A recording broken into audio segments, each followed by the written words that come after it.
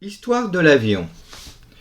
Le Junker 52, conçu comme transporteur civil, fait son vol inaugural en septembre 1930. Sa structure en tôle ondulée en duralumin lui apporte alors une robustesse inédite pour l'époque. Capable de transporter 17 passagers, il entre en service en 1932 dans la Lufthansa et fait rapidement l'objet de commandes d'autres compagnies aériennes en Finlande, Suède ou Brésil. Dès 1933, le régime nazi demande à Hugo Junkers de construire une version militarisée de l'avion. Devant sa résistance, ses brevets puis sa compagnie seront nationalisés en 1935 quand il est probablement assassiné le jour de son anniversaire. La Luftwaffe voit vite son intérêt pour le Junker 52 qu'elle destine à la fois au transport militaire, de matériel ou de parachutistes, et au bombardement. Une version spéciale est donc construite à partir de 1934, capable d'emporter 1500 kg de bombes ainsi que des mitrailleuses pour assurer sa défense. Livré dès le début du conflit en 1936 par les Allemands, le Junker sera intensivement utilisé par l'armée nationaliste de Franco pendant la guerre d'Espagne dans son double rôle de transport, par exemple pour rapatrier les troupes coloniales du Maroc malgré le blocus maritime des républicains, et de bombardier, comme à Guernica. Remplacé par des bombardiers plus récents et performants comme le Heinkel 111, il ne sera utilisé que comme transport pendant la Seconde Guerre mondiale. Les pilotes de la Lufthansa furent presque logiquement réquisitionnés pour les piloter au début du conflit. Production des Junker 52. Avant 1939, une partie des 1253 Junkers produits était destinée à l'export. 3229 seront produits pendant la guerre. La production de Junker 52 atteignant son pic en 1943, qui sera aussi l'année où les pertes deviendront si importantes, pont aérien de Stalingrad, évacuation sous le feu de Tunisie, Sicile, Sardaigne et Corse, que les escadrilles de transport allemandes ne s'en relèveront pas. La production continue après-guerre. Au total, 4845 exemplaires furent produits. À signaler que le gouvernement de Vichy accepta en juillet 1941 de construire des avions pour l'Allemagne.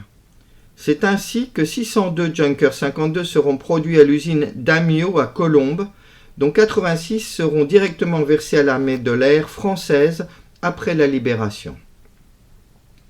Renommé Atelier aéronautique de Colombes, 415 Junker 52 AAC1 seront ensuite construits après-guerre, dont 228 pour l'armée française. Un autre exemple de collaboration concerne la production des hydravions trimoteurs Dornier 24, qui serviront surtout au sauvetage en mer aux ateliers de la Société nationale des constructions aéronautiques du Nord, à Sartrouville. Caractéristiques. L'armement de l'avion évolua pendant la guerre, mais resta toujours relativement faible.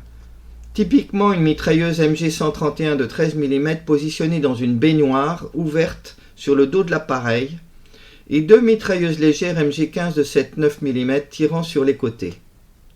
Une mitrailleuse légère ventrale dans un panier semi-rétractable sera ajoutée sur certaines configurations. Une série limitée d'appareils destinés à servir d'escorte armée en Afrique ou pour transporter des responsables importants avait leur armement renforcé.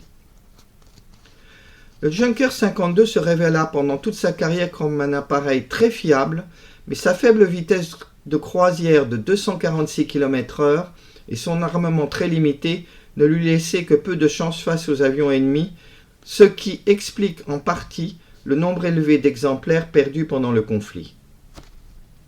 La capacité du Junker 52 à opérer à partir de pistes courtes et sommairement aménagées était fort appréciée. Histoire des épaves au large de Bastia. Le 17 septembre 1943, Ajaccio se soulève contre l'occupant. À partir du 18 septembre, les Allemands décident d'évacuer la Corse et les escadrilles d'aviation de transport, Transportfliegergeschwader, d'Italie, seront réquisitionnées pendant 10 jours pour transporter 30 000 hommes avec leur matériel léger depuis Bastia vers Pise, en Italie. À signaler que les Allemands utilisèrent aussi dans l'opération une escadrille de transporteurs lourds Messerschmitt 323 Gigant et une escadrille de transport formée d'avions trimoteurs italiens récupérés lors de l'armistice italienne et repeints aux couleurs allemandes de type Savoia Marchetti. Compte tenu des pertes allemandes en matière de chasseurs, les escadrilles de transport devront très souvent effectuer leurs navettes avec peu ou pas d'escorte, ce qui se traduira par des pertes importantes lorsque celles-ci rencontrent des chasseurs alliés. C'est ainsi que 14 Junkers 52 seront perdus en mer entre la Corse et l'Italie en 2 jours noirs les 23 et 24 septembre.